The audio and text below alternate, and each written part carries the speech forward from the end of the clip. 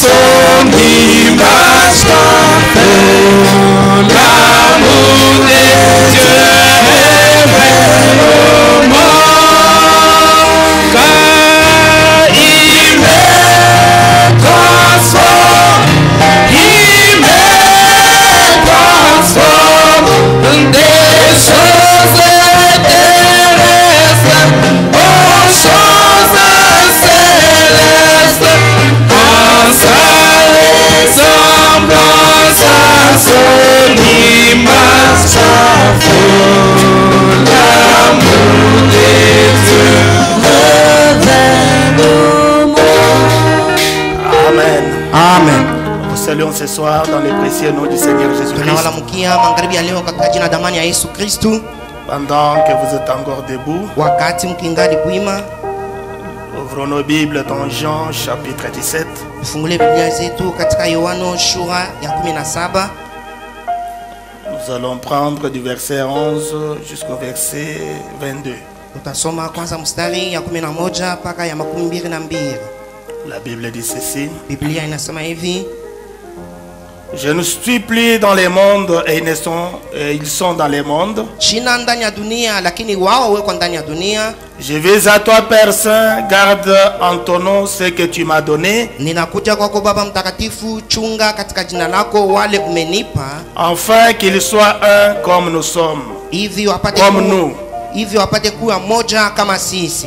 Lorsque j'étais avec eux dans le monde, Wakati nilikuwa nao pamoja ndani ya dunia, je les gardais en ton nom. nilikuwa na wachunga katika jina lako. J'ai gardé ce que tu m'as donné. Nimeichunga wote umenipa, Aucun d'eux ne s'est perdu, hata mmoja wao ya kupotee, sinon les fils de perdition, kama na tu mtoto wa upotevu, afin que l'écriture fût accomplie. hivi andiko ipate kutimizwa. Et maintenant je vais à toi, Na hivi sasa ninakuja kwako, et j'ai dit ces choses dans ce monde, na ninasema maneno haya ndani ya dunia, afin qu'ils aient en eux ma joie parfaite. hivi wapate kuwa ndani mwao furaha yangu kamili. Je leur ai donné ta parole, Nimewapa neno lako, et le monde les a haïs, na dunia imewachukia, parce qu'ils ne sont pas du monde. kwa maana wao hawana wa dunia, Comme moi, je ne suis pas du monde. vile mimi pia sina wa dunia. Je ne t'ai pris pas de les ôter du monde, Sikusikwa kwamba upate kuwaondosha ndani ya mais dunia, de les préserver du mal. lakini upate kuwachunga kubaya. Ils ne sont pas du monde, Wao hawana wa dunia, comme moi je ne suis pas du monde. vile mimi sina wa dunia. Sanctifie-les par ta vérité. Watakase kupitia ukweli wako, Ta parole est la vérité. neno lako ni ukweli. Et comme tu m'as envoyé dans le monde, Na vile umenituma ndani ya je dunia, les ai aussi envoyés dans le monde. nami pia nimewatuma ndani ya dunia, Et je me sanctifie moi-même pour eux, na ninajitakasa mimi peke kwa ajili yao, afin que eux aussi soient sanctifiés par la vérité. hivi nao pia wapate kutakaziwa kupitia ukweli. Ce n'est pas pour eux seulement que je prie, Ana tu juu yao pia ninaomba, mais encore pour ceux qui croiront en moi par leurs paroles, lakini tena ninaomba juu ya wale watamini ndani yangu kupitia maneno yao, afin que tous soient un comme toi, Père, tu es à moi, hivi yote ipate kuwa moja vile wewe Baba uko ndani yangu,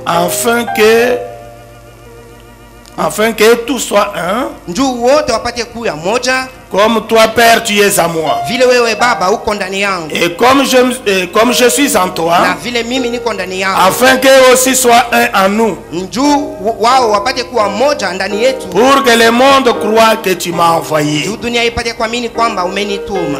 Amen. Amen. Je vous prie de vous mettre. Na wasi mpate kuikala. Ouvrons maintenant Acte chapitre 2, Matendo ya Mitume sura ya pili, à partir du verset 41 à 47. kwanza mstari 41 mpaka 47. Acte chapitre 2, Matendo ya Mitume sura ya pili 41 à 47, la Bible dit ceci. 41 47, Biblia inasema hivi: Ceux qui acceptèrent sa parole furent baptisés. wale walikubali neno lake walibatizwa, Et en ce jour-là, le nombre de disciples s'augmenta d'environ 3000 âmes. na mwile siku ile wanafunzi wakaja wingi wa 3000. Ils persévéraient dans l'enseignement des apôtres, walikuwa nadumu katika mafundisho yaliyoletwa na mitume, dans la communion fraternelle, ndani ya ushiriki wa kindugu, dans la fraction du pain et dans la prière. ndani ya kugawanyana kwa mkate na ndani ya maombi. La crainte s'emparait de chacun. Woga alikuwa anashika kila mmoja, Il se faisait beaucoup de prodiges et de miracles par les apôtres. na kulikuwa natendeka miujiza na ishara mingi kupitia wa mitume. Tous ceux qui croyaient étaient dans le même lieu. Wote walikuwa naamini, walikuwa pahali moja, Ils avaient tout en commun. walikuwa natia vyote pamoja, Ils vendaient leurs propriétés et leurs biens walikuwa nauzisha mali zao et ils en partageaient les produits entre tous, na walikuwa nagawanyana vile walikuwa napata katikati ya wote selon les besoins de chacun. kufuatana na hitaji ya kila mmoja. Ils étaient chaque jour tous ensemble assidus au temple. Kila siku walikuwa pamoja na wakienda kwa hekalu. Ils rompaient les pains dans les maisons et prenaient leur nourriture avec joie et simplicité de cœur. Walikuwa navunja mikate manyumba zao na kuchukua chakula zao na furaha na unyenyekevu wa moyo, Louant Dieu et trouvant grâce auprès de tous les peuples. wakisifu Mungu, wakipata neema macho ya watu wote. Et le Seigneur ajoutait chaque jour à l'église ceux qui étaient sauvés. Bwana alikuwa anaongeza kanisa kila siku wale walikuwa naokolewa. Amen. Amen. Psaume 133.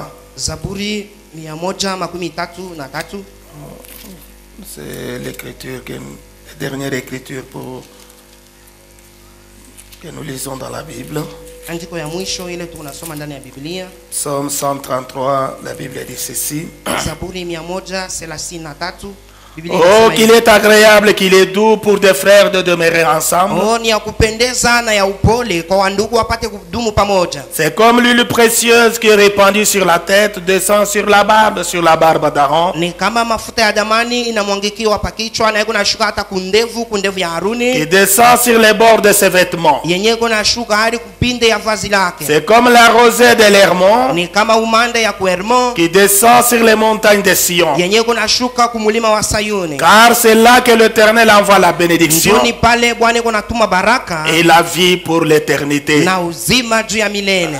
Amen. Amen. Alors que le Seigneur ajoute les bénédictions à la lecture de sa parole, Bwana aongeze baraka kuusomi wa neno lake. nous sommes en train de poursuivre notre enseignement ou notre sujet sur la pyramide. Tukunaendelesha na kishina kietu yulu ya mnara. Nous sommes en train de parler sur la pierre de fête, mais nous n'avons pas encore touché la pierre de fête. Tukunasemezea hapa juu la pembe yenye hatuyagusa. Je crois que c'est le dimanche que nous allons toucher là-dessus. Naamini kwamba ni Jumapili ndio tutagusa Mais pale. nous sommes en train de parler sur la pyramide, comment cette pyramide a été construite Lakini tukunasemezea vile mnara inajengwa et comment les pierres qui sont dans cette pyramide sont unies, sont soudées les unes aux autres. na gisi kani mawe yenye kwa ndani ya mnara imeungana moja na ingine. Et il n'y a pas ni mortier ni quoi que ce soit qui unit et qui soude ces pierres ensemble. Na ile mawe inaungana pasipo potopoto hata moja hata kitu kingine. Et Frère Branham nous a dit que cela est la Bible. Cela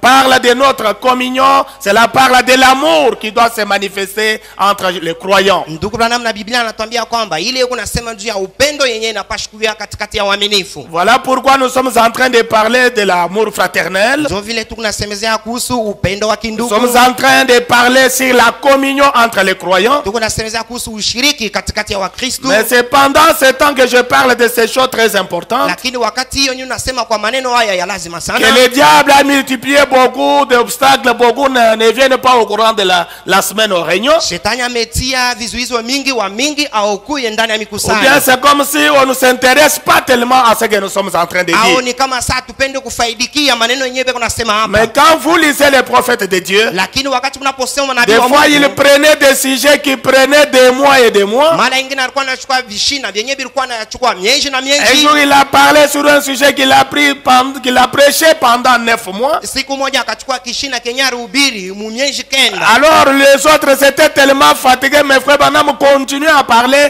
parce que quand Dieu place quelque chose, il voit un besoin parmi les peuples. Wakati Mungu anatia kitu moja ndio bakihubiri, eko naona hitaji ile eko ndani ya watu. Voilà Na pourquoi wengine nous walikuwa wanasema sommes en mawili. train de parler sur l'amour fraternel. Ndio pala tunasemezea kuhusu upendo Nous wa sommes en kindugu. train de parler sur la communion qui doit se trouver parmi les croyants. Tunasema kuhusu ushiriki yenyewe inapaswa kuwa katikati ya Pourquoi nous waaminifu. parlons de cet amour Kwa fraternel? nini tunasemezea kuhusu upendo wa Parce que kindugu? c'est ça même la vertu de cet âge-ci. Ndio nguvu au Amen. kipaji kenye kizazi. ça la chose que Dieu veut voir parmi les croyants du temps de la fin. Ndio kitu kile Mungu anapenda kona katikati ya waamini wa wakati wa mwisho. Et comme je vous ai dit que si vous manquez le but, vous n'arrivez pas à avoir cet amour fraternel. Kama unakosa shabaha, kama ufike mkupokea hii upendo wa kindugu, Là vous avez manqué le but. pale unakosa Et kifukuzio. manquer le but, c'est ça le péché. Na kukosa shabaha ndio dhambi yenyewe. Amen. Amen. Voilà pourquoi nous ne sommes pas ici pour pécher, mais nous sommes ici pour atteindre le but. Ndio maana hatuna hapa kwa kutenda dhambi, lakini kwa kwenda kukifukuzio. Et le but pendant ce temps, c'est de chercher l'amour Na fraternel. kifukuzio mwe wakati ni kutafuta upendo wa Que kindugu. Dieu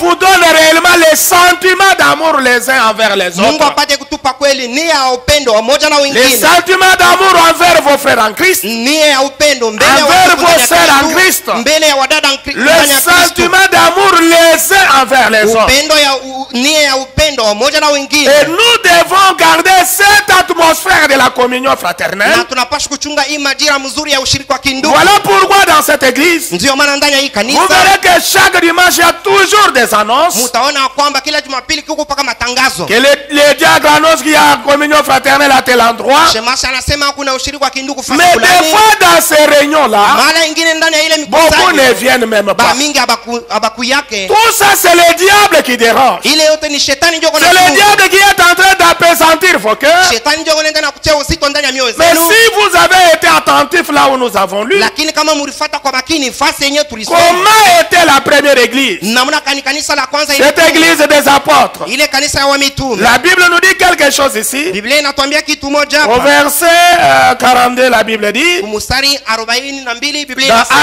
Actes chapitre 2, Matendo ya mitume sura ya la pili. Bible dit, Biblia inasema il persévérait dans l'enseignement des apôtres. walikuwa na dumu ndani ya Amen. mafundisho wa mitume. C'était des croyants comme vous et moi. Walikuwa ni waaminifu kama wewe na mie. Ils persévéraient dans l'enseignement qu'on leur Walikuwa donnait à na dumu l'église. ndani ya mafundisho wa mitume. Quand vous allez voir, Wakati dans mtaona Actes chapitre 3, katika matendo ya mitume la sura Bible ya dit, tatu. Pierre et Jean montaient ensemble au temple à l'heure de la prière. Biblia inasema Amen. Petro na Yohana walikuwa wanaenda mstari maombi kwa Et hekalu. c'était la 9e, c'était vers 15 heures qu'ils allaient déjà à l'église. Ilikuwa ni masaa ya 15 walikuwa wanaenda kwa kanisa. Voilà comment était cette première église. Muone vile hii kanisa ya kwanza Comment ilikuwa. ces gens qui étaient venus à la foi. Naona kani haya watu walikuwa kuimani. Alors que nous qui sommes arrivés à la fin des temps, Hapo sisi ambaye tunafika nous mwisho wa croyons que wakati. Dieu nous a envoyé un prophète. Tunaamini kwamba Mungu anatutumia William nabii. Branham est venu à nous. William Branham C'est anatuia. pour nous ramener à cette église primitive. Ndio ya kuturudisha kwa ile kanisa ya kumwanza ya Amen. Amen. Pour nous ramener à cette communion qu'avaient les autres. Ndio ya kuturudisha kwa ile ushiriki ile ilikuwa na bengine. Nous ramener à l'amour qu'avait cette première église. Turudisha kwa ile upendo ilikuwa na ile À kanisa ya kwanza. ramener cette zèle, cette persévérance qu'avait les Kurudisha autres. ile bidii, ile kudumu kulikuwa na uaminifu wa kale. Parce qu'aujourd'hui, Kwa maana leo beaucoup de croyants ne sont pas persévérants. waaminifu wa mingi hawana na kudumu. Et même quand il a prêché la persévérance, Ndugu yangu wakati alihubiri kudumu dans son message persévéré, katika mahubiri yake il kudumu dit on persévère quand on a un but qu'on poursuit. anasema mtu anakalaka na dumu wakati kuna kifukuzio Si kile vous kinafanya. n'avez pas un but, Kama una na kifukuzio vous n'allez pas persévérer dans ana quelque utadumu chose. kamwe ndani ya kitu. Les commerçants persévèrent dans leurs activités Wachulizi wako na dumu ndani ya parce qu'ils kazi yao. veulent gagner plus Kwa d'argent. kwamba wanapenda kupata sana Voilà pesa. pourquoi ils ne dorment pas. Ndio maana Dès walalake qu'il a l'information, wakati anapata tu que si habari on vous allez à Dar es ya Salaam, kwamba kama unaenda vous Dar es pouvez Salaam, acheter telle et telle chose. unaweza kununua Cela kitu fulani peut na vous fulani. produire autant d'argent. Ile inaweza kupatia faida Il fulani. est prêt à voyager à l'heure même, à la minute même, parce qu'il veut bénéficier, il veut gagner de l'argent. Il a un but dans son Msaa cœur. yenyewe ile banamwambia njoo anataka Amen. kupata faida iko na kifukuzio moyoni mwake. Quand quelqu'un n'a pas un but dans ce qu'il Wakati fait, mtu ana na kifukuzio que ndani ya ce kile soit les wanafanya, étudiants, ipate kuwa wanafunzi, commerçants, travailleurs, qui que vous soyez, ipate kuwa dans nani chaque domaine de la vie, ndani ya kila hatua ya si maisha. vous n'avez pas le but à atteindre, Kama una na kifukuzio vous kile n'allez pas wanakufuzia, persévérer. wale hautadumu kama. Pour persévérer, Kwa kuweza vous kudumu devez avoir un but, unapaswa kuwa na une kifukuzio, vision unapaswa kuwa na d'un ono point que vous voulez atteindre.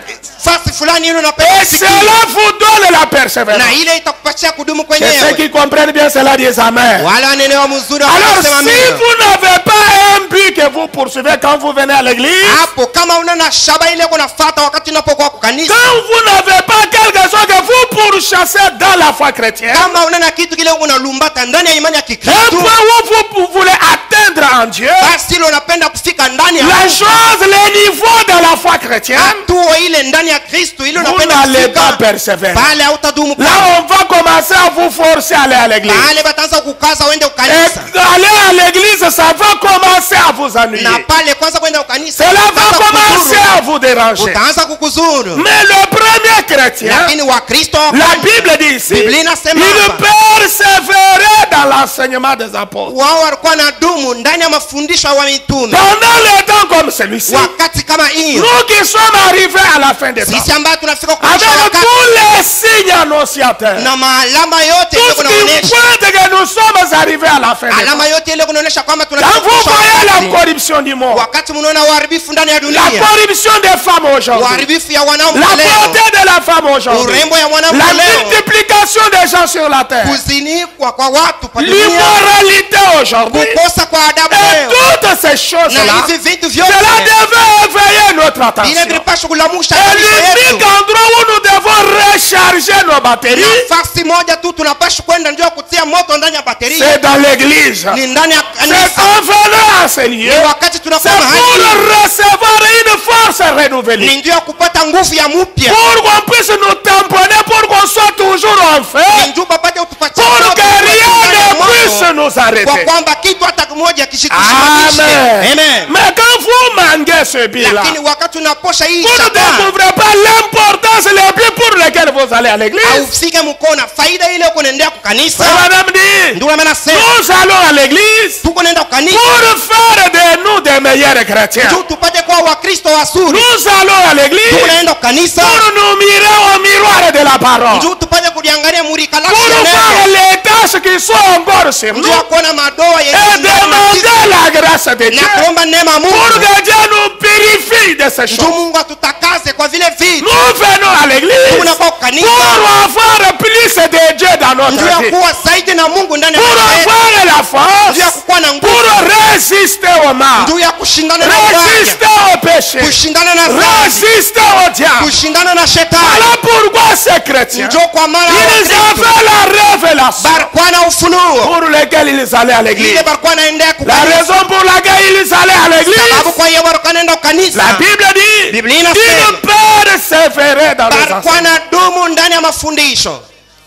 Pendant ce temps, cette église devait être abondée même là dehors. Mwi wakati hii kanisa ilipaswa kuyana hata Tous pale ces endroits devraient être pleins. hii mafasi yote ilipaswa Mais kuyana c'est na parce watu. que les gens manquent cette persévérance. Lakini ni juu watu wanakuwa Les gens ne voient plus l'intérêt d'aller à l'église. watu abaone tena faida ya Ils kuja pensent kanisa. que rester à la maison, faire les affaires, c'est ça la chose Banawaza tu essentielle. kubakia kunyumba na kufanya biashara ndio kia. Alors que la Bible dit, Hapo Biblia la inasema terre et tout ce que leur renferme va passer un jour. dunia na vyote vilivyo ndani Il y a de la parole de Dieu qui restera pour toujours. ni mpaka neno la Mungu ndio itabaki milele. Voilà pourquoi si vous devenez un avec la parole, Ndio maana kama unakuwa mmoja na neno vous aimerez aller à l'église. utapenda Vous kwenda allez kanisa. persévérer dans la foi. Utadumu ndani ya imani. Il persévérait dans l'enseignement des apôtres, Barikuwa na dumu ndani ya mafundisho ya mitume, dans la communion fraternelle. ndani ya ushiriki wa kinduku. Amen. Amen. Voilà pourquoi j'avais parlé de l'amour fraternel Ndio maana mimi nasema et de la communion na fraternelle. tena juu ya ushiriki wa kinduku. C'est ça le symbole que représentait le pierre dans la pyramide. Njoo hiyo ilikuwa inatambulisha mawe ndani ya mnara. Ils étaient unis, soudés les uns aux autres. Walikuwa pamoja wakiungana moja na La mwenzake. Bible dit, Biblia inasema dans la communion fraternelle, ndani ya ushiriki wa kinduku, dans la fraction du pain ndani ya kugawanyana kwa et mkate dans la prière. na ndani ya maombi. Amen. Amen. Voilà cette première église. Tizama hii Ce kanisa ya n'était pas kwanza. des paresseux comme comme les croyants d'aujourd'hui. wavivu Des kama gens waaminifu wa leo, trop lents comme les croyants d'aujourd'hui. watu wa kufanya Des biashara gens qu'il faut qu'on force pour qu'ils avancent. watu bado inapaswa kukaza kwa Mais kwamba ils waenda mbele, persévéraient. lakini wao Ils, wanadu dans la prière, ndani ya maombi, dans la communion ndani fraternelle. ya ushirika wa La kindugu. Bible dit ils avaient même mis tous leurs biens ensemble. Biblia inasema bariki yake hata bintu yao vyote pamoja. 46 la Bible dit 46 Biblia inasema ils étaient chaque jour assidus au temple. kila siku barikuwa na bidii ya kwenda kwa hekalu. Les premiers chrétiens priaient du lundi au dimanche. Wakristo wa kwanza walikuwa naomba siku ya kwanza mpaka ya juma. C'est comme ça, nous, au début de la foi, on priait comme ça toute la semaine, on allait à l'église. Sisi kumwanza kwa imani tulikuwa naomba juma mzima. Mais aujourd'hui, pendant qu'on vous donne juste 2 jours dans la Lakini semaine, leo wakati wanatupa tu masiku 2 ndani ya juma. mardi et jeudi. Mais les gens ont tellement à faire pendant ces 2 jours-là, Lakini muhimu siku plus que le reste des jours qu'ils ont à faire dans les kuliko hii affaires. masiku nyingine bako nayo. Non, c'est le diable qui est sur les croyants. Bana ni shetani ndio. C'est le diable qui fait ces choses-là. Shetani ndio anafanya. Voilà pourquoi nous devons nous réveiller. Ndio maana tunapaswa Amen. Amen. Nous devons prendre conscience. Tunapaswa Nous ne devons jamais céder à l'ennemi. ya kwamba tupaswa kuachilia kamwe adui La fasi. Bible dit Biblia ils inasema étaient chaque jour assidus au temple. kila siku walikuwa naenda hekalu. Amen. Amen. Ils rompaient leur pain dans leur maison Walikuwa nakula mikate yao ndani et ya nyumba. prenaient leur nourriture avec joie et simplicité de cœur. Chakula yao walikuwa naichukua na furaha na unyenyekevu wa moyo. Amen. Amen. Voilà cette première église, Tizama hii kanisa ya kwanza, ces premiers croyants, hao waaminifu wa la kwanza. manière dont ils avançaient dans les choses de Dieu. Namna ile walikuwa Ils wanasonga ndani ya étaient vitu vya tellement Mungu. unis. Walikuwa bakuungana Voilà sana. pourquoi dans Jean chapitre 17, Ndio maana ndani ya Yohana Jésus a prié pour l'unité des croyants. Yesu aliomba juu ya umoja ya waaminifu. Amen. Amen. C'était une prière Ilikuwa ni que maombi Jésus adressait au Père. yenye Il Yesu a dit, alifanya kwa Père, Baba. garde-le unis. Alisema Baba uwachunge Dieu mumoja.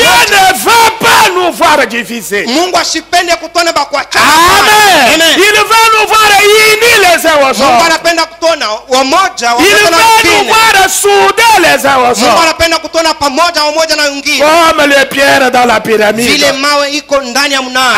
Amen. Amen. Voilà pourquoi si Jésus a prié pour l'unité, Ndio maana kama Yesu aromba pia William umoja. Branham a prié pour l'unité. Vile ambana na maromba pia Nous, umoja wa nous, waaminifu. comme conducteurs, comme croyants, nous prions pour l'unité. Sisi kama viongozi, kama waaminifu tu kunaomba juu ya umoja. Nous ne voulons jamais voir des séparations parmi les croyants. Hatupende kuona kulitenga. Nous ne katika voulons pas waaminifu. voir des zizanies parmi les croyants. Hatupende kuona matatizo katika Nous ne voulons waaminifu. pas voir les diables troubler la foi des croyants. Hatupende kuona shetani kuvuruka imani ya Mais waaminifu. nous voulons rester unis dans l'amour. Lakini tunapenda kubaki Nous voulons pamoja rester ndani ya upendo. soudés les uns aux Tunapenda autres. kuwa kuungana moja na Comme moja. était le premier croyant. Vile waaminifu wa Mais kwanza pour walifanya. garder cet amour, Lakini kwa pour kuchunga hii garder upendo, l'amour de Dieu dans votre kwa kuchunga cœur, upendo wa Mungu ndani ya moyo, Frère Branham dit, Ndugu anasema, il faut que Dieu lui-même entre dans votre cœur. inapaswa Mungu yeye peke apate kuingia ndani ya moyo Parce yako. que l'amour est Dieu. Kwa kwamba upendo hiyo ni Vous ne Mungu. pouvez pas aimer si Dieu n'est pas dans votre Hawezi cœur. kupenda mwenzako kama Mungu ana ndani ya moyo Je vais vous wako. entendre dire Amen, Amen, les frères. Napenda kusikia mimi Pour avoir cet amour dont nous parlons, kwa kupata hii il upendo faut que tunasema. Dieu qui est amour soit en vous. Inapaswa Mungu ule yako upendo Pour être unis les uns aux autres, juu ya kuungana il moja faut na que le mwingine. Dieu de l'unité soit en vous. Inapaswa Mungu wa umoja Cela apate vous kuwa ndani yako. gardera unis les uns aux autres. Ile itamichunga ba Cela nous kuungana moja na gardera mwenzako. dans cet amour capable. Ile itachunga ndani ya hii Cet upendo amour divin. hii upendo ya Cet kimungu. amour qui ne fait exception des Hii personnes. upendo yenye haiondoshake mtu hata Oh, mmoja. que les élus de Dieu disent Amen. Oh, wateule wa Mungu Nous wapate kusema voulons nini? travailler là-dessus pendant ces jours. Twapenda kutumika pale juu. Chez vous à la maison, travaillez sur la Wako communion. kunyumba Travaillez sur l'amour. tumika yule ya Si vous upendo. avez des sentiments bizarres vis-à-vis de votre frère, Kama uko na nia mubaya njoo allez à genoux, uende kwa magoti. priez le Seigneur, Upate kwamba Bwana allez voir la personne, uende ukaone ule mtu. confessez-lui ses mauvaises pensées, Na wewe upate kukiri ile mawazo mbaya. priez avec lui, Muombe naye que pamoja. Dieu enlève cela de votre Mungu cœur. apate kutosha ile nia mubaya ndani ya moyo yako. Amen.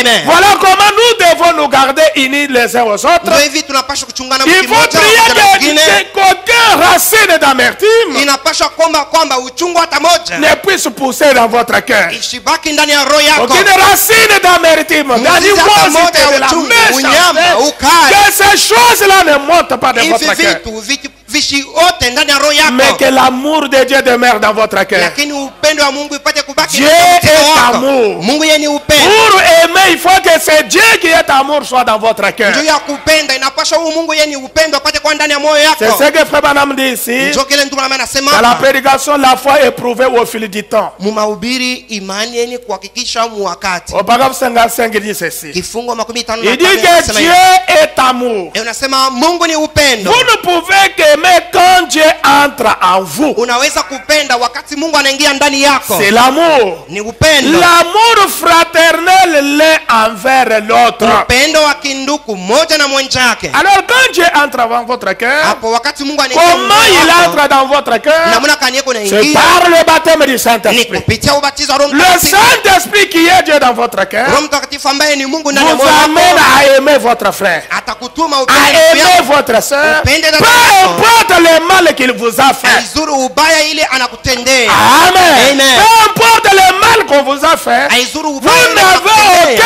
aucun droit de haïr quelqu'un. Hauna na haki hata moja ya kuchukia La mtu. seule recommandation que nous Hapo avons, tu moja c'est tunayo de nous aimer les uns les ni ya autres, kupendana de umoja na nous wengine, supporter les uns les autres. kuvumiliana umoja na wengine. Donc pourquoi le Saint-Esprit a été donné? Mu mahubiri njua nini Roho Mtakatifu lipewa? Pourquoi le Saint-Esprit doit entrer dans votre cœur? Njua nini Roho Mtakatifu inapaswa kuingia Pourquoi moyoni? nous organisons de temps en temps ces réunions-là de Njua nini positionnement du tunatengeneza kila baptême du wakati Saint-Esprit? mikusanyo ya C'est kusilia mikono parce ya que Dieu Roho qui est Mtakatifu. esprit doit tabernacler dans votre cœur. Ni njoo Mungu ambaye yeye ni roho anapaswa kuikala ndani ya maroho yetu. C'est alors que vous aurez de l'amour. Njoo pale tutakuwa na C'est upendo. alors que vous allez aimer vos ennemis. Njoo pale tutapenda bahati. C'est alors que vous allez prier pour leurs âmes. Njoo pale tutaomba njoo ya manafsi yao. Amen. Amen. 112, Frère Branham dit ceci. 112 ndio anasema hivi. À quoi sert le Saint-Esprit? Roho Takatifu inasaidia Frère Branham dit il sert à donner de l'onction au prédicateur. Ndio anasema iko nasaidia kuleta upako kwa mhubiri. Un prédicateur sans le baptême du Saint-Esprit, il prêche des choses sans onction. Mhubiri pasipo ubatizo wa Roho Mtakatifu yako na ubiri pasipo upako. Amen. Amen. Il donne de l'onction au prédicateur. Unaleta upako kwa mhubiri. Il sert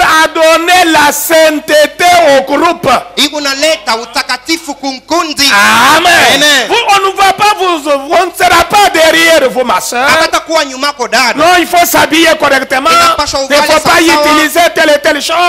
Non, il ne faut pas montrer vos formes. Oh, il faut parler comme ceci. Il faut parler comme ceci, frère. Non, il faut quand même vous comporter comme ceci. Inapaswa Non, kujitokeza mwili na Mungu. là, il faut le Saint-Esprit. Hapana, pale ni Il lazima Roho sert Mtakatifu. à vous donner la sainteté. Yenyewe kunatupatia utakatifu. Amen. Amen. Il sert à mettre l'église en ordre. Roho Takatifu iko natia kanisa katika usawa. Amen. Amen. Écoutez maintenant à quoi il sert. Musikie tena Roho Takatifu inasaidia kunini? Il sert à amener une unité d'esprit. Roho Takatifu iko naleta umoja wa roho. Comme cette première église, Vile ile kanisa ya kwanza ils étaient tous dans l'unité de l'esprit. wote walikuwa umoja ya L'unité roho. de la foi. Umoja ya imani.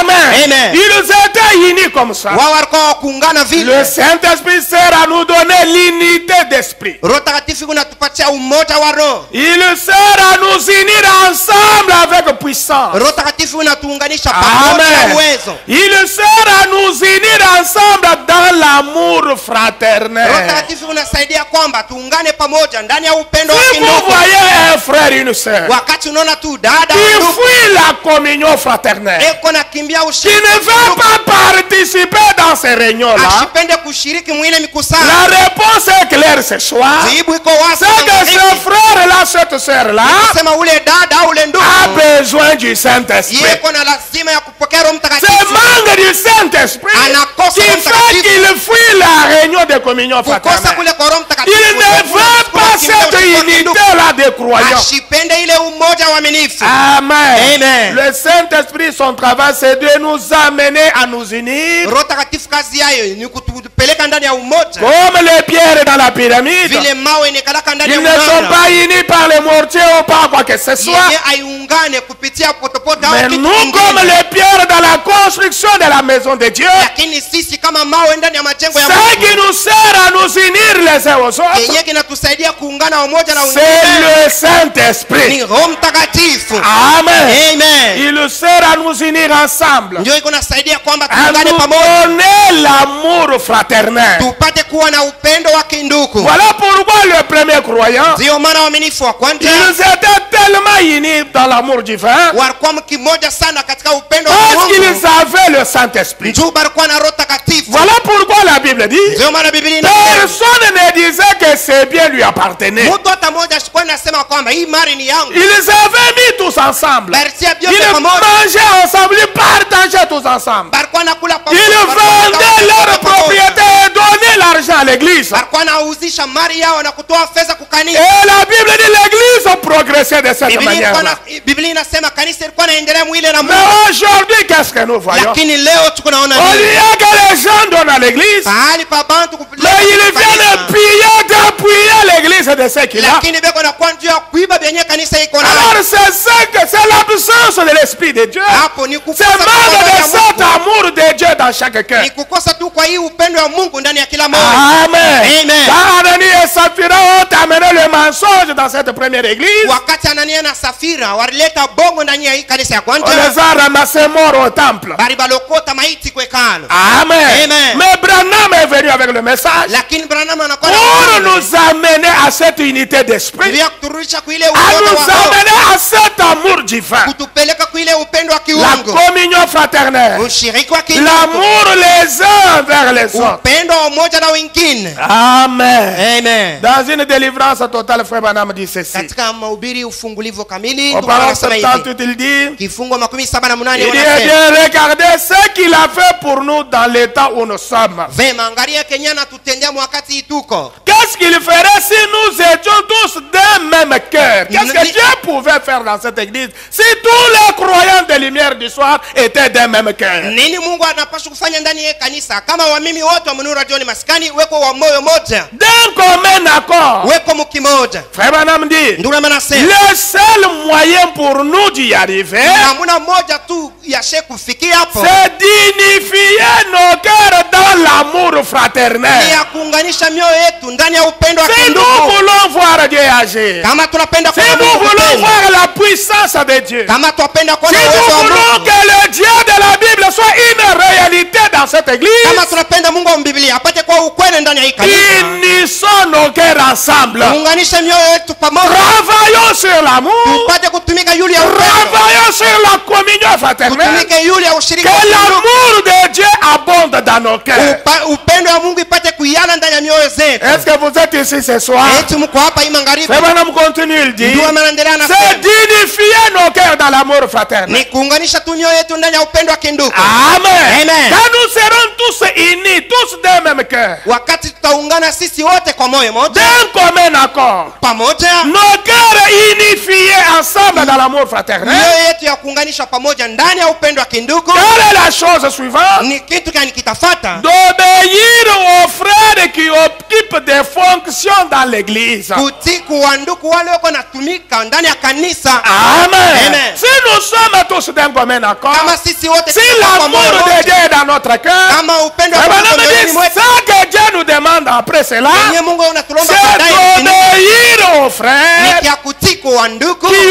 occupent des fonctions dans l'église. wale wako natumika makazi mbalimbali ndani ya Vous kanisa. devez obéir aux diacres, Tunapaswa kutii wasemaji, obéir aux administrateurs, tunapaswa kutii wasanii, obéir aux pasteurs. tunapaswa kutii mhubiri. C'est alors que nous verrons Dieu agir. Hapo ndio pale tutaona Mungu kutenda. Amen. Amen. Obéir ces gens-là qui exercent une fonction dans l'église. Kutii wale watu wako natumika ndani ya kanisa. Frère Branham continue, il dit, Ndugu Mandela anasema alors, hapo Dieu agit à travers le pasteur, Mungu wako natumika kupitia mchungaji, à travers les conseils, kupitia kikosi jusqu'à dans l'église. mpaka na ndani ya kanisa. Pouvez-vous dire Amen? Mwaweza kusema Voilà nini? comment Dieu lui travaille. Njoo hivi Mungu yeye Quand nous anatumika. sommes tous d'un même cœur, Wakati sisi wote tunakuwa D'un pamoja, commun accord. tunakuwa mkimoja dans l'amour fraternel, ndani ya upendo wa kindugu, nous allons à ce moment-là hapo mwili wa kazi. Obéir aux frères qui occupent des fonctions dans l'église. Kutii kwa wandugu wale wanatumika ndani ya kanisa. Le pasteur mchungaji et le conseil. Pamoja na c'est alors que Dieu va agir. Ndio pale Mungu atatenda. À travers le pasteur. Kupitia mchungaji. À travers le conseil. Kupitia kikosi. Jusqu'à dans l'église. Paka na ndani ya kanisa. Et tous ensemble. Na bote pamoja. Nous formons un seul bloc. Tuko na tunga tu nkundi moja. Amen. Amen. Nous formons un seul bloc. Tuko na tunga tu nkundi moja. Pour le royaume de Dieu. Tu ya ufalme wa Mungu. Et frère Branham dit. Alors Dieu exaucera. Mungu atajibu. Pourquoi nos prières ne sont pas exaucées? Njoo nini maombi yetu haikubaliwa Parce na que Mungu. nous prions quand Dieu regarde dans notre cœur. Tuko naomba wakati Mungu anaangalia ndani ya Il mioyo voit yetu. l'absence de l'amour. Anaona kama Il n'y a pas d'amour. Hakuna Nous upendo. sommes divisés dans nos cœurs, divisés dans nos pensées. Tumetengana ndani ya mawazo. On n'obéit pas au pasteur. Hatutii On mchungaji. n'obéit pas au conseil. Hatutii Aux kikosi. gens avec qui il travaille. Watu waliokuwa Comment Dieu mchungaji va vous hatuwatii. exaucer? Namna gani Mungu Comment atabariki Dieu va maombi? bénir l'église? Namna gani Mungu atabariki kanisa? Alors que si nous obéissons à ces conseils du prophète, Hapo kama tunatii kwa hii mashauri ya nabii. Frère Branham dit, Ndio maana nasema nous formons un seul bloc tuko na tunga nkundi moja. pour le royaume de Dieu. Ndio ufalme wa Mungu. Alors Dieu exaucera Hapo Mungu atajibu quand maombi. nous aurons un groupe unifié. Wakati tutakuwa na nkundi moja ya kuungana. Quand nous aurons quel groupe? Wakati tutakuwa na nkundi kani? Un groupe unifié. Nkundi ya kuungana. Frère Branham dit, Ndio maana nasema ne laissez rien vous nuire. musiache kitu hata moja kumizuiza. Amen. Amen. Ne vous effrayez de rien. Usiogope kitu. Quand nous serons un groupe unifié, Wakati tutakuwa nkundi ya rien kuungana, ne peut nous nuire. hakuna kile kinaweza Rien ne kutumiza. peut nous effrayer. Hakuna kile kinaweza Parce que kutogopesha. l'union fait la force. Kwa maana umoja uko nafanya Quand nguvu. on est divisé, on est vaincu. Wakati tumetengana, tumeshindwa kweli. J'aime vous entendre dire Amen. Napenda kusikia mimi Dieu a nasema. besoin de nous voir unis, soudés les uns aux Mungu autres. anahitaji kutona ndani ya umoja wengine na wengine. Amen. Amen. Dans la prédication, avoir soif de la vie. Mumahubiri kuwa na kio ya uzima. Écoutez même dans sa prière comment il parle au Seigneur. Mushikie hata maombi ya nabii vile unasema kwa Au Bwana. paragraphe 99, il dit, Kifungo makumi Oh, kenda. Dieu. Inasema lo Mungu. même s'il faut retirer tous les miracles de l'église. Hata kama inapaswa utoshe miujiza yote ndani ya kanisa. Aujourd'hui, les églises cherchent le miracle. Leo makanisa unatafuta Ils miujiza. cherchent des dons. Ils veulent voir les chaises se casser, les gens parler en langue, les boîtiers marcher, les sourds entendre et toutes ces choses-là. Leo Ce qui est bien, ce qui est kuna vitu merveilleux. kuvunjika, viziwe kusikia, babubu kusema, mazawadi bego naitafuta. Et tout ça, c'est bien. Ile yote ni mzuri. Maintenant, Frère Branham dit à Dieu dans sa prière, Sasa ndugu nami anasema na Mungu il ndani. dit, oh Dieu, Leo nasema lo même Mungu. s'il nous faut retirer tous les miracles de l'église, Hata kama inapaswa utoshe miujiza yote ndani ya kanisa. même s'il faut enlever toutes les grandes orgues, les instruments de Hata kama musique dans inapaswa l'église, utoshe vyombo vyote kubwa ndani ya kanisa. redonne-nous cet amour divin. Utupatie ile upendo ya kiungu. Est-ce que c'est la prière de chacun de nous ce Eti ni soir? maombi ya kila mmoja. Oh Dieu, redonne-nous cet amour divin. Lo Mungu tupe ile upendo ya kiungu. L'amour fraternel parmi les peuples et la communion. ya kindugu katikati ya umma na ushiriki. Frère Branham prie à Dieu. Ndugu nami naomba kwa Mungu. Même s'il faut retirer les dons dans l'église, Hata kama inapaswa utoshe retirer les miracles, utoshe les miujiza. instruments de musique et toutes Utoshe ces vyombo choses-là. vya mimbo na vyote. Seigneur, redonne-nous cet amour divin. Bwana utupe tena ile upendo ya kiungu. L'amour fraternel parmi les peuples Upendo ya ushiriki wa kindugu katikati et ya la wandugu. communion. Na ushiriki. S'il nous faut faire tout cela, Kama inapaswa kufanya ile yote. ramène cela à la vie. Rudisha ile Bwana. Amen. Amen. Dans la foi de Marie, Frère Branham dit ceci. Katika mahubiri imani ya Maria ndugu nami anasema hivi. Il dit quelque chose ici, Leo nasema kitu moja hapa. au paragraphe 47. Kifungo 47. Il dit, maintenant, Leo nasema sasa. son corps est là-haut. Mwili yake iko kule mbingu. Son esprit est ici sur la terre. Roho yake iko hapa udongoni. Pouvez-vous dire Amen? Mwaweza kusema Son amina. corps est là-haut, Roho yake mais yake son iko mbingu, esprit est ici sur la terre. lakini roho yake iko hapa pa dunia.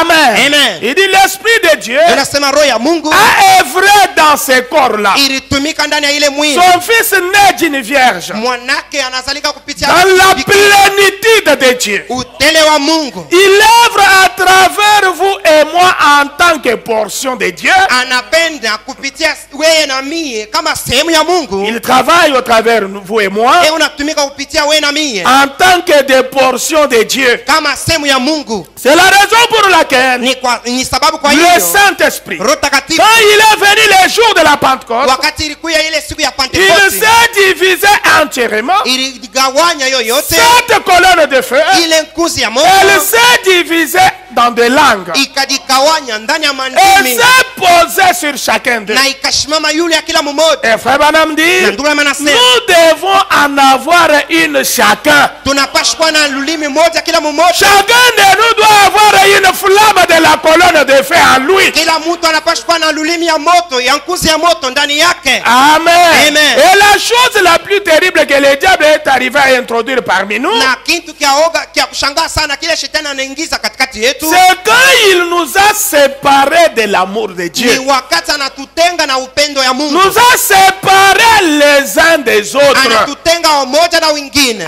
Amen. Amen. Aimons-nous les uns les autres. Tupendane wamoja na wengine. Ça c'est la recommandation de la Bible du prophète de Dieu. Hii ni amri ya Biblia ya nabii wa Mungu. Aimons-nous les uns les autres. Tupendane wamoja na wengine. C'est ça l'amour fraternel. Ndio hiyo upendo wa kindugu. Quand nous pouvons nous approcher l'un de l'autre, Wakati tunaweza kukaribiana, si vous avez une portion du Saint-Esprit kama uko na sehemu ya Roho Takatifu et que moi j'ai une portion de cela na mie pia niko et nayo, que l'autre a une portion de na cela, mwingine uko na sehemu ya Roho Takatifu, et en nous mettant ensemble, wakati tutakuwa pamoja, cela fait 3 portions. ile uko nafanya masehemu tatu.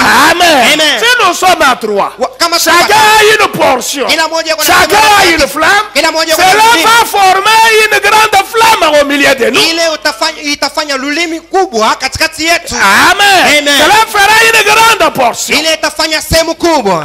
Amen. Amen. Frère Branham continue, il dit, Ndugu anaendelea anasema, avez-vous 2 frères, je suis 3. Il dit c'est de cette manière-là anasema ni mwiyo namuna que nous pouvons tenir. ndio tunapaswa kushimama. Je suis un véritable Kentuckien. Mie ni uko mtu wa kweli wa Kentucky. Là, on nous dit, ini nous tenons bon. Ile banasema kwamba mkimoja tutashimama mzuri. Là-bas, Kentucky, on dit, ini nous tenons bon. Kule Kentucky banasema mkimoja tutashimama mzuri. Divisé, nous tombons. Wenye kutengana tutaanguka. C'est juste. Ni haki. Et ben, on dit, nous devons rester ensemble comme cela. Banasema tunapaswa kuwa pamoja vile. J'aime vous entendre dire Amen. Napenda kushikia amina zenu. Je vous ai dit que nous parlons des choses dans un temps très difficile. Ninasema tu unasema juu ya vitu wakati ya Nous parlons de l'amour, de nous aimer les uns les autres, alors qu'on s'est fait tellement de mauvaises choses les uns aux autres. tunasema juu ya upendo ya mmoja na mwingine wakati tunatendeana vitu vibaya sana wamoja na wengine. Mais c'est comme vous demandez de transpirer pendant qu'il fait très froid. Voilà pourquoi je force les amens ce soir. Alors que je parle de la chose la plus importante dans la foi chrétienne. Parce que l'amour c'est Dieu lui-même. Pourquoi vous avez la tristesse dans votre cœur? Pourquoi vous ne sentez pas cette joie-là? Cet amour-là de vous unir à vos frères. Parce que tel vous a fait telle chose, tel a pris votre argent, n'a pas remis, tel vous a tenu un tel langage, tel vous a fait fâcher. Mais Dieu nous appelle ce soir d'oublier ces choses-là et de nous aimer les uns les autres et de prier les uns pour les autres, de nous supporter les uns les autres. Nous devons arriver à ça. Amen. Si nous voulons voir la gloire de Dieu dans notre vie, si vous voulez voir Dieu dans votre vie, travaillez sur ce que je vous parle ce soir. Amen. Amen. Amen. Frère Branham continue, il dit maintenant, la première chose que la Pentecôte a produit, c'est l'amour fraternel. Nous sommes l'église qui est ramenée à la foi primitive, la foi pentecôtiste. Sisi ni kanisa ambayo inarudishwa kwa imani ya Oh, wanabii. Frère Branham est venu nous restaurer, le messager est venu nous restaurer, nous ramener dans notre position première. Ujumbe na kwa kuturudisha mwile mkao yetu ya kwanza. Mais qu'est-ce que ces premiers croyants-là avaient? Lakini wale waaminifu wa kwanza Qu'est-ce qu'ils avaient produit dans les jours? nini baritoshaka mashiko Frère yao? Branham dit la première chose que la Pentecôte a produite, Ndio anasema kitu kia kwanza Pentecost inaleta c'était l'amour fraternel. ilikuwa ni upendo wa kinduku. Et là, mais quand le diable est venu, Hapo wakati shetani il a détruit les murs de séparation. anaharibu ile mauguta ya kujitenga. Non, quand le Saint-Esprit est venu, Wakati Roho Takatifu inakuya il a détruit, il a séparé, il a brisé les murs de séparation anavunja yenyewe mauguta ya kujitenga, mipaka ya kujitenga, et a créé une fraternité. na pale anaingisha umoja, upendo. Amen. Amen. À tel point qu'ils avaient tout en commun, cette Mnukta première kwamba église-là. ile kanisa ya kwanza ilitiaka vyote pamoja. Du temps de la Bible, Wakati ya Biblia une fraternité. umoja tu moja. Paul a parlé de cette fraternité. Paulo alisemezea kuhusu ile Il a upendo. présenté tous les dons à l'église de la Pentecôte. Anaonesha mazawadi yote kwa kanisa ya Et Pentecost. il a dit ensuite, Na kisha yeye kusema dans 1 Corinthiens 13, kitabu ya kwanza wa Korintho quand je 13, parlerai les langues des hommes et des anges, wakati nitasema malugha ya watu na ya si malaika, je n'ai pas cet amour kama shina na hii qui upendo crée la fraternité, yenyewe kuna umba umoja, je ne suis rien. pale mimi sina kitu.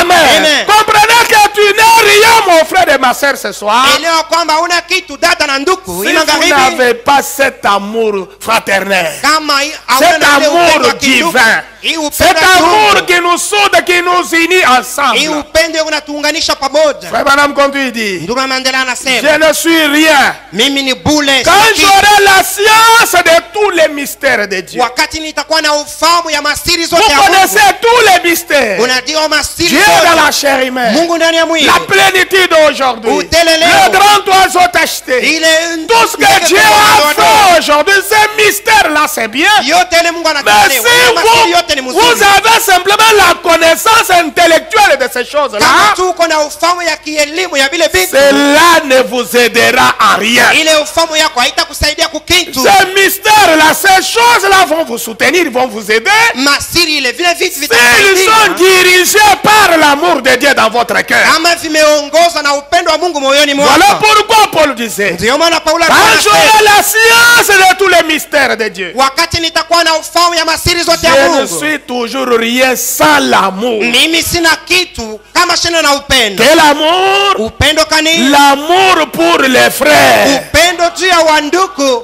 Amen. Amen. C'est là où je vous ai dit le dimanche. Njoo pale nilimiambia Vous devez Jumapili comprendre que quand vous êtes venu à la foi ya chrétienne, kwamba wakati unakuwa kuimani vous devez partager cet amour. Vous avez l'amour pour votre famille, l'amour pour vos enfants. Vous devez avoir l'amour pour les enfants de Dieu. L'amour de Dieu doit couvrir tout votre être. upendo wa Mungu inapaswa kukufunika wewe wote. Amen. Unapaswa na upendo ndio wa ndugu, ndio wa dada, ndio Vous watoto pouvez wako, ndio vous bibi aimer yako. votre famille. Ça, c'est juste l'amour philéo, l'amour naturel, l'amour humain. Unaweza ukawa unapenda jamaa yako, ile ni upendo tu ya asili ya kibinadamu. Vous leur donnez à manger, des Unawapa habits. chakula, Ça, ce sont mavazi. des devoirs de tout être humain. Ile Tout ni homme mapasho normal ya kila Mungu doit kwa nourrir kawaida. sa famille, doit les Anapaswa kulisha faire jamaa éduquer, yake, tout ça. kuwafundisha masomo. Ça, c'est l'amour philéo, l'amour naturel. Ile ni upendo ya Mais kibinadamu. l'amour ya dont asili. il est question, qui Mwingine vous amène à aimer même le plus grand ennemi de votre vie. ile itakupeleka upendo hata adui kubwa wa maisha La yako. Pentecôte avait produit l'amour. Pentecote ilizalaka Nous pouvons upendo. connaître tous ces grands mystères. Tunaweza kujua Les masiri choses yote, que Dieu nous a révélées aujourd'hui. vitu vile Mungu anatufunulia. Mais quand leo, Dieu les a révélées aujourd'hui, wakati Mungu anavifunua le leo, but de ces mystères-là, ile kifukizio kia ile c'est de masiri nous purifier, nous sanctifier, nous ramener plus près de Dieu. ni ya kututakasa, kuturudisha karibu na Mungu. Amen. Amen. Amener Dieu réel dans notre vie par l'amour divin. Kupeleka Mungu wa ukweli mu maisha yetu kupitia upendo ya kiungu. kiungu. Amen. Amen. Dans la prédication, je restaurerai, frère Branham dit ceci. Mumahubiri nitarudisha, ndugu nami anasema hivi. Au paragraphe 14. Kifungo 14. Jésus a dit, Yesu alisema, à ceci tous connaîtront que vous êtes mes disciples. kupitia hiyo wote watajua kwamba mko wanafunzi Si wangu. vous avez de l'amour les uns pour les autres. Kama mko na upendo mmoja na wengine. Amen. Amen. On connaîtra que vous êtes mes disciples Batajua kwamba mko quand wanafunzi vous wangu. allez vous aimer les uns les autres. Wakati mtapendana mmoja na wengine. Aimez ces frères-là comme ton propre, comme vous aimez votre frère biologique là. Penda ule ndugu yako kama vile unapenda kwa huyu ndugu yako wa Nous kimwili. devons nous entraider comme nous prenons aussi soin de nos propres familles. Tunapaswa kusaidiana mpaka vile tunasaidia kama jamaa Quand un yetu. frère est dans les besoins, Wakati ndugu quand une ndani ya sœur est dans les lazima, besoins, wakati dada et yuko ndani que ya vous hitaji, êtes en mesure de l'aider, faites-le dans cet amour divin. na kusema kwamba wewe unaweza kumsaidia, umsaidie mwile upendo wa kiungu. Amen. Amen. Sans murmure, Pasipo sans manunguniko, contrainte. pasipo mkazo hata Pas mmoja. vous aider, vous, c'est que vous êtes, vous venez en aide à votre frère, Wakati unasaidia ndugu yako, mais vous prenez maintenant le téléphone, sasa unachukua vous simu, prenez maintenant la trompette, sasa unachukua vous parapanda, soutenez votre église, unasikiliza vous kanisa faites yako, un don à l'église. unapeleka Maintenant, zawadi vous kwa prenez la trompette et que tout le monde sache que c'est sasa toi qui unachukua fais ça. parapanda, watu wanajua Là, kwamba wewe ndio unaleta zawadi fulani. vous n'allez jamais en tirer de bénédiction. Pale hautafaidika. Voilà ile tendo pourquoi la unafanya. Bible dit Ndio maana Biblia que ta inasema main gauche ne sache pas ce que ta main droite est en train de mkono faire. yako ya kushoto Quand vous faites quelque chose, wakati unafanya vous kitu le moja, faites pour Dieu. huko unakifanya Et kwa Mungu. oubliez cela. Na sawa ile Il mambo y a des bénédictions qui vous attendent pour huko cela. mabaraka yenyewe kuna kuchunga. Amen. Amen. Amen. Amen. Pas donner, mais avec des murmures, avec Hapana des kuleta na soucis. manunguniko, Vous, na après avoir fait un don, vous commencez à regretter pour l'avoir Unaanza fait. kuhuzunika kwa nini ulifanya ile zawadi. Non, alors ça, pourquoi tu l'as fait? Hapo juu ya nini ulifanya vile? Amen. Ileta Tu juu- as aidé ce frère-là. Unasaidia Mais wale tu ndugu. commences à prendre le téléphone pale unaanza pour kuwasiliana. publier cela dans l'église. Ndio ya kusema ile Un petit problème, mambo kidogo c'est sur WhatsApp, inaenda sur kwa Internet. inaenda Non, kwa ça Facebook. ce n'est pas le christianisme. hapana ile ana Voilà uhusiano. pourquoi la Bible dit Ndio maana Biblia ne inasema, ressemblez pas au monde. msifanane na dunia. Amen. Amen. Quand le monde fait quelque chose, Wakati dunia on inatenda amène les kitu moja, caméramans qu'on filme. Quand moi je fais un don, Beko quand on naleta donne l'argent, il y a makameramen, des gens qui babande filment. mapicha, Il wakati faut que unaleta cela zawadi. passe à la télévision le inapaswa soir. ku televisheni Il bantu faut que waione. cela soit publié sur le net. Inapaswa baki Non. ilete Mais kwa nous les internet. chrétiens, Lakini nous ne sisi devons Wakristo, jamais faire les choses hatupaswa de kufanya manière vitu à ressembler au monde. munamuna kufanana na bantu wa dunia. Hapana, Il y a même des frères ici. kuko hata banduku hapa Comme quand je parlais hier avec ceux qui sont appelés au ministère ici, vile. Wakati jana nilikuwa nasema na wale wako na wito ya il utumishi, y a des frères qui ne comprennent même pas des citations. kuko wanduku hawelewa hata Ils ne maandiko maîtrisent yenyewe. pas les citations du prophète. Hawajui Mais maandiko ya directement, nabii. il publie, il met ça sur WhatsApp. Mara moja, Maintenant, quand on anatangaza commence kwa à WhatsApp. vous poser des questions, Wakati sasa vous banaanza êtes kuuliza. embrouillé, vous dites des choses que vous ne maîtrisez même pas. Umejivurika tu wewe mwenyewe, unasema vitu vyenyewe ujue. Non, vous devez comprendre que Unapaswa nous, kuelewa comme kwamba chrétiens, nous avons des limites dans sisi certaines kama choses. Wakristo tuko na mipaka. Amen. Amen. Soyez réservés dans beaucoup de choses. Tupate kuwa na Ne utulivu ndani ya ressemblez vitu pas au monde. tusifanane na dunia. Amen. Amen. C'est pourquoi Frère Branham dit, Ndio maana ndio il anasema dit au pasteur, leo naambia wa ne permettez pas à vos croyants kwamba mshuruti wa d'expliquer entre eux les Écritures. wapate kujifasiria katikati ya Parce qu'ils maandiko. tordent l'essence des choses. Ndio njube kuna pinduza maana yenyewe ya Frère Branham vitu. dit, il y a trois choses que vous ne devez jamais faire. Ndio anasema kuna vitu vitatu vyenyewe mpaswa kufanya. Amen. Amen. Dans Christ est révélé dans sa propre parole. Mahubiri Kristo anafunua ndani Il dit, neno je lake vous pekee. ai toujours dit ce que vous devez faire. Sema ninamiambiaka tu ile mnapaswa Mais kufanya. maintenant, je vous dis ce que vous ne devez pas faire. Sasa niko namiambia vyenye amupaswa Vous ne kufanya. devez jamais disloquer la parole. Amwezi kamwe Vous ne kutengana devez neno. jamais déplacer la parole dans son contexte. Amupaswa kamwe kupinduza maana ya neno. Et vous ne devez jamais mal placer la parole. Amupaswa kutumikisha mubaya neno. Amen. Amen. Ce sont les interdits dans la parole. Hivi ni vikatazo ndani ya neno. Les croyants, vous vous permettez à tout dire sur les WhatsApp, sur les net, alors que vous ne maîtrisez même pas ces choses. Uaminifu wako unajiruhusu kufanya vyote pa WhatsApp, pa Facebook, hapo atujue vitu vyenyewe mzuri. Non, mes amis. Hapana warafiki. Quand vous faites quelque chose, wakati unafanya kitu, vous donnez à quelqu'un quelque chose, unampasha mtu kitu, il ne faut pas que dans les dés que tout le monde sache que la veste là que le pasteur portait, c'est toi qui lui a offert cela. hapana mkirio bantu wote bayao kwamba ile ngoche mchungaji alivala. Wewe Non, vous savez, ces derniers temps, c'est nous qui habillons notre pasteur. Mnajua hii wakati shenyo tu kuna varisha mhubiri Ça, mchungaji. vous n'allez pas tirer de bénédiction dans les choses comme ça. Hautapata faida hata moja mtende wenyewe.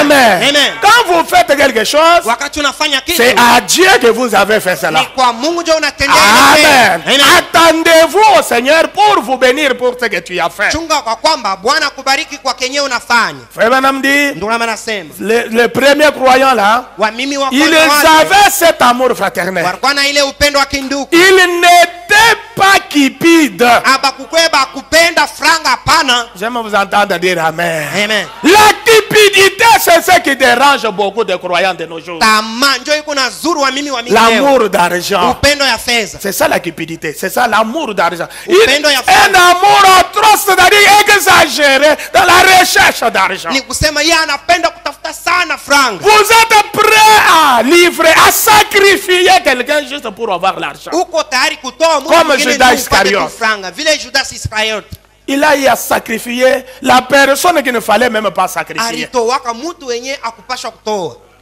Judas a vendu son pasteur Judas arudisha mhubiri wake mchungaji wake pour avoir l'argent. ndio kupata tu franga. Pour avoir l'argent, c'est ça la cupidité. Ndio kupata tu franga ni hiyo upendo ya franga. C'est comme j'ai vu une vieille femme de 65 ans à la télévision hier soir. Niliona mwanamke mmoja wa miaka 65. Quand on fouillait à l'aéroport, il devait aller à Madrid là. Wakati walikuwa anachunguza kule kukianza ndege alipaswa kwenda kwa Madrid. Elle s'était chargée de drogue et tout ça. Yeye alikuwa na madrog. Mais une vieille femme, elle tremblait, on la tenait avec des cannes. Mais à cause d'argent, la cupidité, l'amour d'argent. Kwa ajili tu ya upendo ya franga alishakomea, alikuwa anamchukua naye alikuwa anatembea na Elle a mabinti. commencé d'abord à mentir, oh c'est du café blanc, tout ça, mais on a testé, c'était de la drogue. Akaanza kudanganya ni kahawa ya mweupe Oh, on m'a donné par des gens qui sont là-bas pour que j'amène dans leur famille. bana ni pacha kwa watu wako Mais quand on lui a tiré en dehors à côté par la police, il a avoué. C'est vraiment c'est à cause de l'argent, j'ai vécu, je suis seul, tout ça, mon âge. Malgré ça, on l'a menotté, elle a été emprisonnée. Alors vous comprenez que tout ça, c'est quoi? C'est la cupidité. L'amour d'argent amène des frères aujourd'hui à se mêler dans des affaires douteuses.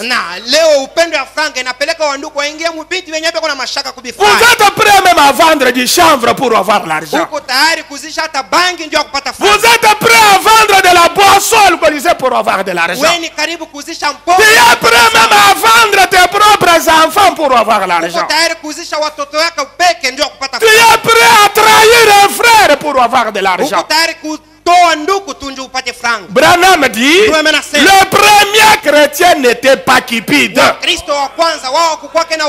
venez auprès de votre frère avec une fausse affaire, quelque chose dont vous savez que ce n'est pas vrai. Mais pour que les gens donnent l'argent et que vous puissiez bouffer cet argent ou détourner cet argent.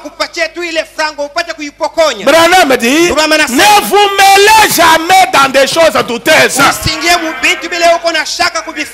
vous ne maîtrisez pas un domaine, le minerai, le mercure, diamant, toi tu n'as jamais vendu du diamant. Mais vous voyez souvent quelqu'un apparaître ici à Lubumbashi, ça ce sont des pierres blanches, c'est du diamant, nous pouvons faire l'affaire. Si vous pouvez trouver des gens qui peuvent nous donner un peu d'argent, ce colis ici peut nous coûter beaucoup. Vous entrez dans des choses comme ça. Sortez de ces choses-là. Travaillez, cherche que Dieu vous aide, vous donne un travail, que vous allez nourrir votre famille honnêtement. Travaillez avec ce petit capital que Dieu vous a donné là. Petit à petit, Dieu va multiplier cela. Que votre famille vive d'une manière honnête de ce que Dieu vous donne. Que ceux qui me comprennent bien ce soir disent Amen. Sortez dans cette cupidité d'argent, cet amour d'argent. Quand Quand vous voyez quelqu'un qui autour de vous commence à fabriquer ça, et regardez-le dans les yeux, vous verrez comment il va. Là où vous allez découvrir s'il vous dit la vérité ou pas. Wakati mtu yeye anakuambia mambo, umwangalia tu mumacho, utaona vile kunaipiga pika, utaona kwamba Aye kuna kuonesha ukweli au iko na kuonesha. Il n'était pas cupide. Kuna anasema wao kukwena ils avaient vendu tout ce qu'ils avaient pour l'avancement de l'église.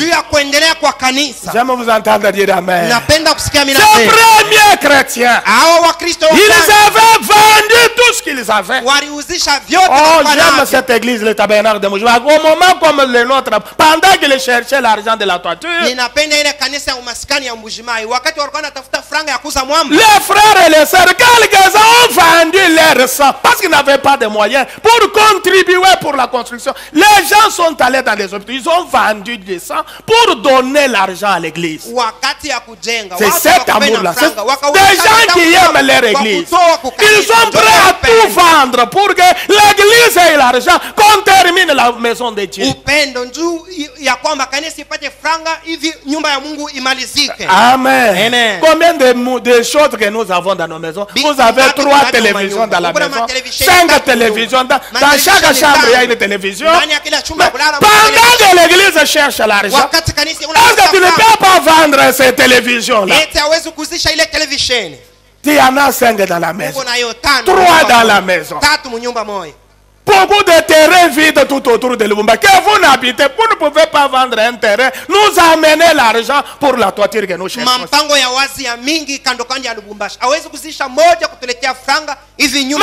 vous voyez les autres qui travaillent comme ça, les autres qui se donnent pour la maison de Dieu, au lieu de les soutenir dans la prière, au lieu de les aimer, les encourager, prier pour eux, maintenant vous allez vers eux pour vous endetter auprès d'eux pour ne pas payer cette les ruiner dans leurs affaires.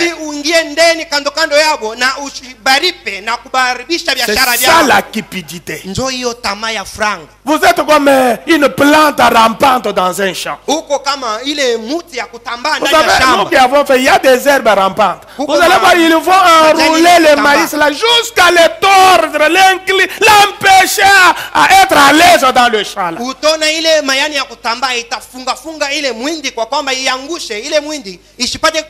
Il y a même le moulin qui entoure le palmier. Il va encercler le palmier jusqu'à ce que le palmier ne sait plus comment respirer. Qui connaît cette plante-là? Qui connaît cette plante? C'est comme ça que sont beaucoup de croyants. Ils entourent leurs frères, ils les lient tellement avec des problèmes, avec des dettes non payées, ils soutirent à gauche, à droite. On l'engage, son travail, c'est voler, envoyer l'argent, c'est créer une affaire dans une affaire.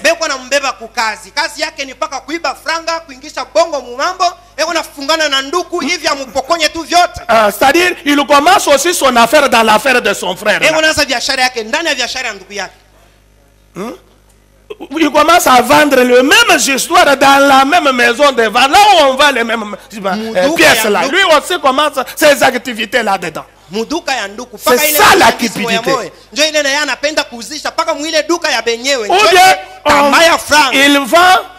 il achète à moins cher, il ramène, il prend le reste d'argent, il met dans la poche. Et le soir, il amène toute une boîte de lait comme ça chez lui. Même vous, la femme qui consomme ce lait-là, la viande là, vous devez d'abord demander à ton mari tu touches combien pour que chaque jour tu amènes des Thomson, tu amènes des pains, tu amènes le lait, tu amènes la viande. Vous devez quand même vous poser la question sur toutes ces choses.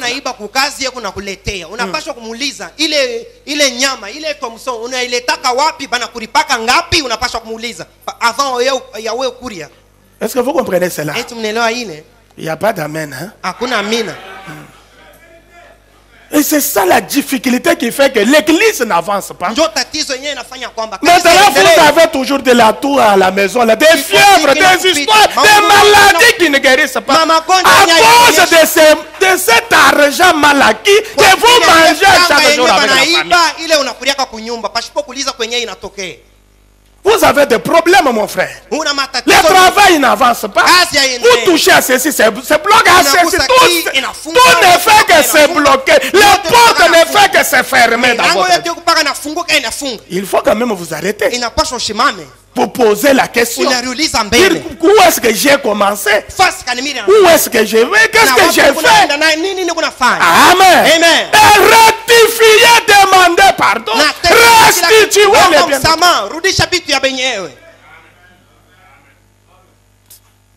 C'est difficile de dire amen, mais c'est la vérité. C'est ça le christianisme que nous avons créé. C'est à ce christianisme-là que Branham est venu nous ramener. Vous êtes des associés, mais vous êtes un associé très malin. Tu es capable de falsifier les factures, modifier quand tu voyages. Tu fais beaucoup de malin dans les affaires. La Bible dit Dieu tire vengeance de toutes ces choses-là. Ne vous croyez pas plus malin quand tu fais ces forfaits-là. Il y a un œil qui t'observe. C'est manque d'amour, mon frère. Nous devons rester unis les uns aux autres. Nous devons garder le sens d'amour véritable. Je termine par ici dans Émilie, toi frère Branham 16. Il dit par-dessus tout, aimez Dieu. Par-dessus tout, aimez Dieu. Aimez-vous les uns les autres. Soyez humbles envers Dieu et les uns envers les autres. Et Dieu vous bénira. J'aime vous entendre dire amen. Aimez-vous les uns les autres. Soyez humbles devant Dieu. Et les uns envers les autres. Dieu nous bénira. Amen. Amen. Amen. Pour que Dieu puisse nous bénir, gardons dans nos cœurs l'essence d'amour. Aimons-nous les uns les autres. Et frère Branham, dans sa prière, il dit à Dieu dans Émilie, toi toujours, maintenant c'est dans 7. Il dit ça, c'est sur quoi cette église a été établie. C'est-à-dire sur l'amour fraternel. Lumière du soir est établie sur l'amour fraternel les uns pour les autres. Frère Branham dit, je les ai vus même se serrer la main les uns les autres. Au moment de quitter l'église, de quitter les lieux, ils pleuraient comme des enfants. Est-ce que vous avez ce sentiment-là?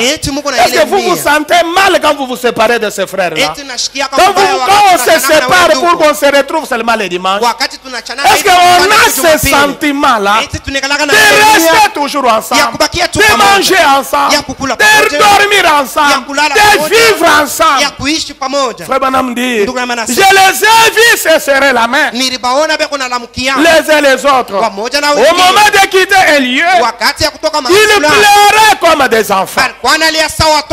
Parce qu'il fallait se séparer. Ils s'aimaient tellement les uns les autres. Et frère Branham dit, je pouvais aller en visite chez eux. Frère Branham visitait même ses croyants la nuit pour voir l'atmosphère dans laquelle ils vivaient. Il dit, je pouvais les visiter. Je pouvais aller en visite chez eux. Et parfois la Bible était ouverte là-bas quand il faut maintenant observer par les treillis, par les fentes pour voir comment ils étaient dans leur maison. Mais ils trouvaient les familles. Ils trouvaient papa avec la maman et tous les enfants réunis autour de la Bible. Le temps de la prière pour vous, l'homme est toujours avec la télécommande. Il ne fait que changer de chaîne. Changer de chaîne. Et la femme s'est déjà pliée dans la chaise là-bas. Les enfants sont déjà pliés comme ça dans des coins. De telle sorte que chacun pour soi le soir. Non, ça ce ne sont pas des familles chrétiennes. Les chrétiens prient et restent ensemble autour de la Bible. Amen. Frère Branham dit, ils avaient leur Bible ouverte. Tachée de larmes. Est-ce que vous-même vous lisez la Bible? Quand vous venez aller, vous venez tellement fatigué, tellement épuisé avec la politique que tu as parlé au centre-ville, avec les femmes nues que tu as vues tout au long de la journée. Ma soeur, avec les bruits, avec les enfants à la maison, vous vous querellez même avec les petits enfants, tes propres enfants. Maintenant, les soirs, vous êtes tous épuisés. La maman va se jeter au lit, ne sait même pas qu'on va prier. Les enfants au lit, papa lui il est là-bas en train de changer de chaîne à la télévision. Il dort même avec la télécommande entre ses mains. Ce n'est pas ça le christianisme. Frère Branham dit ceci. Avec la Bible ouverte, tachée de larmes. Il dit, j'arrive là le soir. Des pères et des mères étaient rassemblés. Avec leurs petits autour d'eux. Par terre agenouillés là. Des pères et des mères à genoux. À pleurer et à prier. Frère Branham dit, j'ai resté debout à la porte. J'attendais qu'il termine la prière. Mais la prière ne termine pas. Qu'il termine la prière ne termine pas. J'attendais. Il n'arrêtait pas de prier.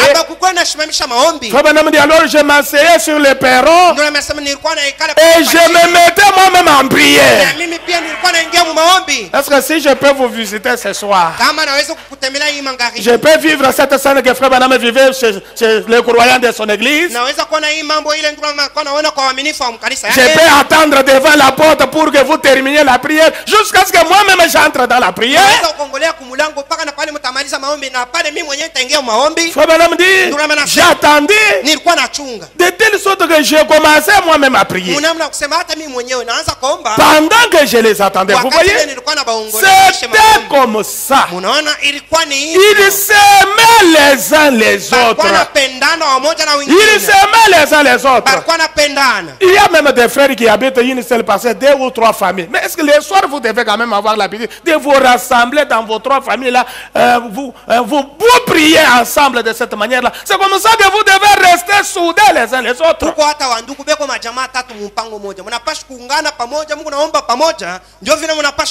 Si vous êtes à 3, à 4, 2 familles dans la même parcelle, mais ayez quand même un programme de la prière. Vous vous retrouvez chez tel jour, vous lisez la Bible, vous chantez les louanges de Dieu, et vos enfants, vous chantez, vous priez ensemble.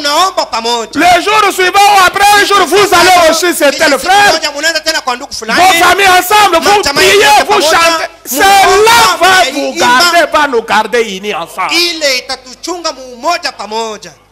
Amen.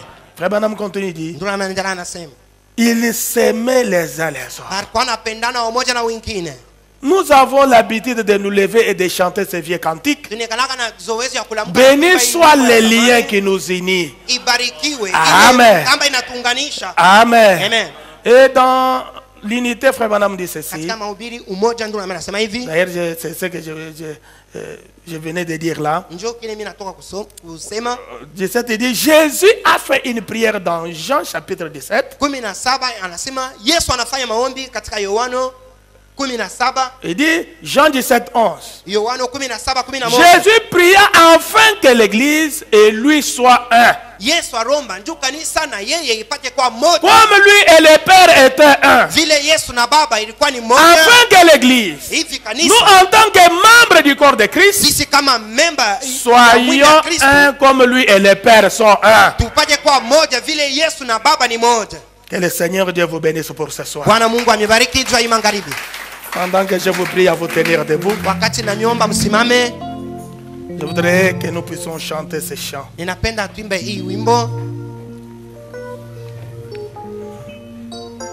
C'est mon joyeux service. Je crois que ça doit être... C'est au paragraphe 90. Cantique numéro 90. Hein, sur la page 117. C'est croix seulement. Nous allons adorer le Seigneur, mettez-vous debout. Nous allons chanter ces chants. Et chacun de nous va s'approcher dans la prière.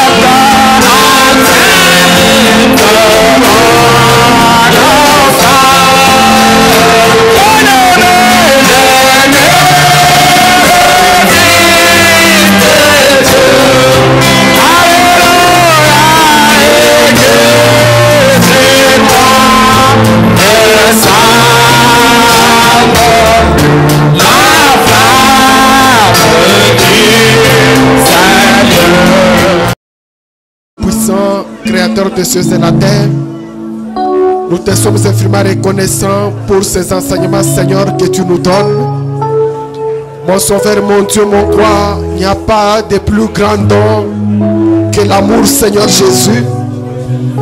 Et même les Saintes Écritures nous disent, Dieu a tant aimé le monde qu'il a donné son Fils unique. Il s'agit de l'amour, Seigneur, Dieu bien-aimé, et le vrai amour, Seigneur, où tu pouvais aimer même tes propres ennemis. Et même à la croix, Seigneur, tu as dit, Père, pardonne-leur car ils ne savent ce qu'ils font. C'est de cet amour dont nous avons besoin ce soir, Seigneur. Nous te prions, notre Dieu, notre roi, d'ancrer cette parole dans nos cœurs et dans nos âmes. Car, Seigneur Dieu, le siège même de la pierre de fête, ça doit être l'amour parfait. Assiste-nous, Seigneur Jésus, façonne-nous à ton goût, afin que nous puissions correspondre, Seigneur, à ce que nous devions être, au Père, juste en tant que des chrétiens. Voilà que, Seigneur Dieu bien-aimé, ton Fils, notre pasteur, nous a parlé, Père. Ce sont des choses qui vont tout droit au cœur. Nous te prions, Seigneur, de bien vouloir les ancrer dans notre esprit, dans notre âme, afin que nous puissions, Seigneur Jésus-Christ, les ruminer, même dans nos maisons, même partout, Seigneur Jésus-Christ, afin que cet amour soit réel. Un amour vrai, Seigneur, et authentique. Pas des choses fabriquées, Seigneur. Pas de l'amour filéo, mais nous avons besoin de l'amour agapao, Père. Accorde-nous cela pour la gloire du Père. Et maintenant, Seigneur, que nous voulons passer à cet autre service, celui des récoltes des dîmes et des offrandes. Laisse ta paix, ta grâce au Seigneur nous accompagner et que tes riches bénédictions reposent sur chaque main qui sera, Dieu Tout-Puissant, avancé dans la corbeille. Et même ceux qui en avaient l'intention mais qui n'ont rien, Seigneur, pour qu'à la prochaine fois qu'ils aient de quoi, Seigneur, soutenir et compléter leur culte. Accorde-le, Père, pour la gloire du Père, nous prions au nom de Jésus-Christ. Amen. Amen.